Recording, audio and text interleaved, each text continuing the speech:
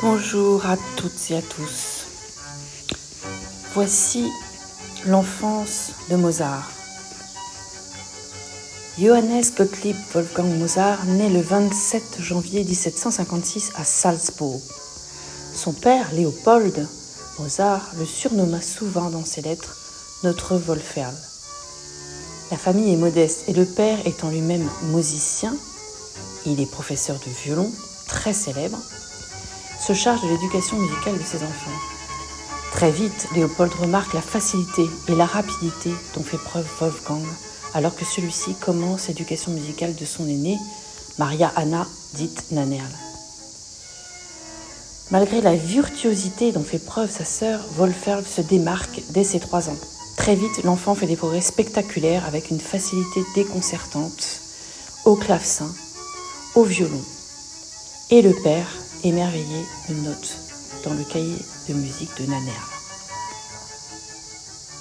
Léopold a une place de père, mais également de mentor dans la vie de Wolfgang. Il découvre le prodige, puis le nourrit.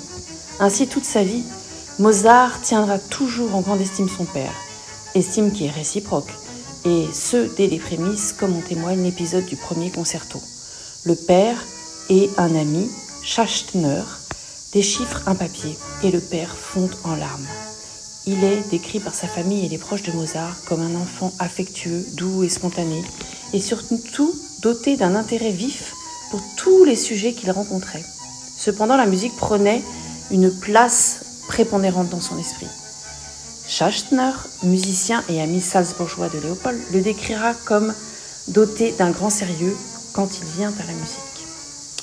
C'est un petit garçon plein de fantaisie et la musique l'habite. Ainsi, Schachtner racontait qu'il avait constamment besoin de musique pour accomplir quoi que ce soit.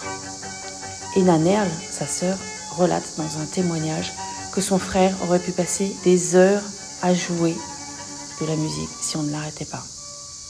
Il était passionné par l'orgue et il en jouera à l'occasion lors de ses nombreux voyages d'enfance.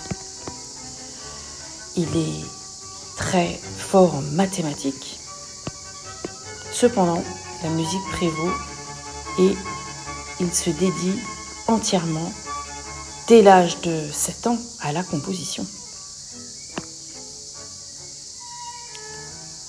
Lors de ces voyages que le père organise pour promouvoir le génie de son enfant, le petit garçon, dans une franchise enfantine, sautera dans les bras des archiduchesses, et notamment de Marie-Antoinette, et ne voit pas de différence entre un royal et lui, contrairement à son père, bien sûr.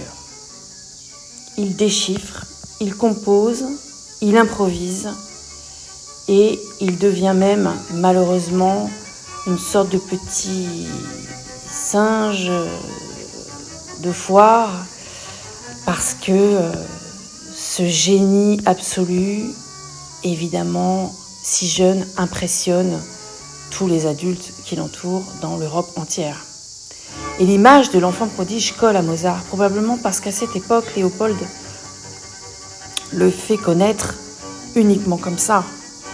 Bien sûr, l'Europe reconnaît son talent et le compositeur en herbe est trop jeune pour vouloir contredire toutes les cours des grands princes et exprimer son désir de liberté. On pourrait presque dire qu'il a atteint son pic de popularité vers 10 ans. Et puis ensuite, celle-ci va décroître progressivement à partir de cette époque. En grandissant, la précocité, évidemment, n'impressionne plus. Il rentre dans la norme.